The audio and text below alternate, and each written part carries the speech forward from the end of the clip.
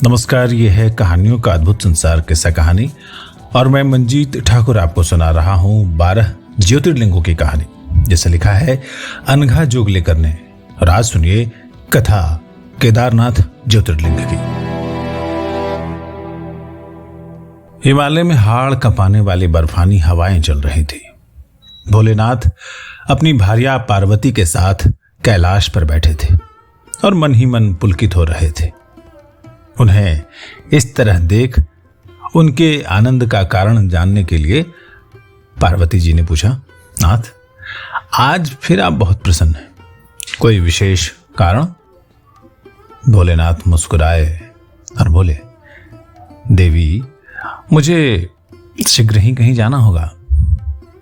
उन्हें इस प्रकार कारण बताए बिना जल्दी जल्दी कहीं जाते हुए देखकर पार्वती जी ने उनका मार्ग रोक लिया और मुस्कुराते हुए स्त्री सुलभ लालित्य से बोली, प्रभु, मैं कई दिनों से देख रही हूं, आप एक खास समय पर, निश्चित समय पर पुलकित उठते हैं, खुश हो जाते हैं और फिर जल्दी जल्दी से कहीं चले जाते हैं। क्या मुझे कुछ नहीं बताएंगे? भोलेनाथ ने अपनी नेत्रों के कोर से पार्वती जी को देखा और फिर हंस दिए, लेकिन बोले, अभी भी नहीं कुछ। उनको इस तरह हंसता देखकर पार्वती जी रूठ गई। बोले, ठीक है, न बताना चाहे तो न बताएं, लेकिन एक पत्नी से प्रश्न करने का अधिकार तो न छीने। अब भोलेनाथ को भी अपनी भार्या को रूठते देखने में रस आने लगा। वैसे भी आज बहुत दिनों के बाद ही पार्वती जी उनसे रूठी थी। पार्वती जी की ओर देखते हुए भोलेनाथ ने अपनी जटाएं व्यवस्थित की और पहनने के लिए नंदी से अपने सारे सामान लाने के लिए कहा।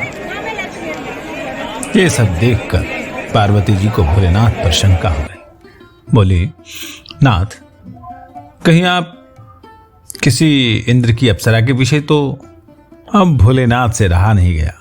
अपनी पत्नी के इस चुहल से वो मुस्कुराने लगे और अपनी पार्वती जी की आंखों में आंखें डालकर उन्होंने कहा, जिसकी भार्या पार्वती हो उसे कोई अप्सरा लुभा सकती है भला? और फिर पार्वती जी को कंधों से पकड़कर घुमाते हुए बोले, वहां देखो, बद्री केदार की पहाड़ियों की ओर, और नेत्र मूंद कर वहां से आती मधुर ध्वनि सुनने का प्रयत्न करो। पार्वती जी ने अपने नेत्र मूंद लिए। उनके कानों में शिव शिव की मधुर ध्वनि गूंज उठे।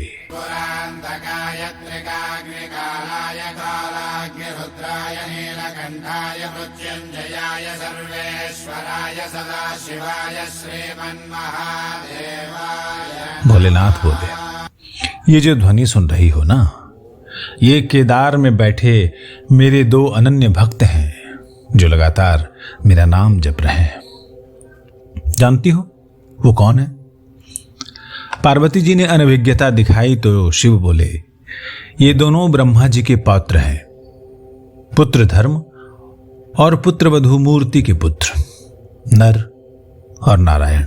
ये दोनों अभी बाल्यावस्था में हैं, परंतु बड़े मनोयोग से निस दिन पार्थिव शिवलिंग बनाकर मेरी पूजा अर्चना करते हैं। इनकी भक्ति में इतना बल है कि मैं अपने आप ही इनके पास खींचा चला जाता हूं। ओ, तो आप हर रोज नर और नारायण के पास जाते हैं? इतना कहकर पार्वती जी को शिव पर शंका करने की अपनी भूल पर ग्लानि हुई। बोली, मुझे क्षमा करें प्रभु, मैंने अनर्गल प्रलाप किया। पार्वती जी का वाक्य अधूरा ही रह गया और भोलेनाथ खिलखिलाकर हंस पड़े। फिर बोले, अब देवी की आज्ञा हो तो मैं अपने भक्तों के पास हो आऊं? और ये सुनकर पार्वती जी भी हंसने लगी। नर और नारायण की भक्ति से प्रसन्न होकर भोलेनाथ प्रतिदिन उन दोनों द्वारा बनाए पार्थिव शिवलिंग में समा जाते और उनके द्वारा की गई पूजा अर्चना का आनंद लेते। इस तरह एक लंबा समय बीत गया। धीरे धीरे नर और नारायण की पूजा कठोर तप में बदल गई। उन्हें न दिन का पता होता न रात का। उनके इस कठोर तप से प्रसन्न होकर भोलेनाथ ने नर और नारायण को साक्षात दर्शन दिए और बोले, मैं तुम दोनों की भक्ति से बहुत प्रसन्न हूं, चाहो तो मुझसे वरदान स्वरूप कुछ भी मांग सकते हो। अपने आराध्य देव को साक्षात सम्मुख पाकर नर और नारायण अभिभूत हो उठे। भाव विह्वल होकर बोले, हे भोलेनाथ, हमारी एक ही इच्छा है कि आप हमारे और पूरे जगत के कल्याण के लिए इसी स्थान पर सदा के लिए विराजमान हो जाए। भोलेनाथ उनसे प्रसन्न तो थे ही। उन्होंने कहा तथास्तु, और उनका मनचाहा वरदान देकर वो केदारनाथ में हमेशा के लिए बस गए। और इस प्रकार 5वें ज्योतिर्लिंग केदारनाथ की स्थापना हुई। कालांतर में केदारनाथ ज्योतिर्लिंग के सामने ही 2 पहाड़ियों का निर्माण हुआ, जिनका नाम नर और नारायण पड़ा। आपने अभी जो कथा सुनी वो शिव पुराण में लिखी है। इसके अलावा एक कथा और प्रचलित है जो महाभारत से संबंधित है। महाभारत के युद्ध में पांडवों के हाथ से अपने बंधु बांधवों की हत्या हुई थी। पाप तो उन पर भी चढ़ा ही था, और इस पाप से मुक्ति का एक ही मार्ग था, महादेव शिव के साक्षात दर्शन। शिव के दर्शन की अभिलाषा पांडवों को काशी पहुंचा चुकी थी, लेकिन शिव उनसे रुष्ट थे। इसलिए वे पांडवों के आने से पहले ही हिमालय चले गए। पांडव भी कहां मानने वाले थे। शिव आगे आगे, पांडव पीछे पीछे। आखिरकार शिव ने केदार पहुंचकर अपना रूप बदलकर बैल का रूप धर लिया, लेकिन भीम ने इस रूप में भी उन्हें पहचान लिया। कहीं पांडव उन्हें देख न लें, ये सोचकर बैल के रूप में आए शिव जमीन में घुसने लगे। तभी भीम ने उनकी पीठ पकड़ ली, और वही शिव की वही पीठ केदार में ज्योतिर्लिंग के रूप में सदा के लिए स्थापित हो गई। तो केदारनाथ में अवस्थित ज्योतिर्लिंग का आकार त्रिकोणाकार है, जो बैल की पीठ जैसा दिखता है।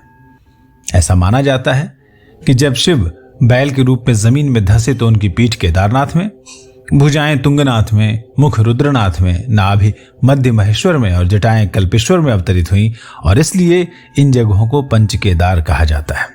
केदारनाथ हिंदुओं के प्रमुख तीर्थों में से एक है, ये सब जानते हैं। केदारनाथ रुद्रप्रयाग जिले में अवस्थित है, उत्तराखंड में, और रुद्रप्रयाग से 86 किलोमीटर दूर है।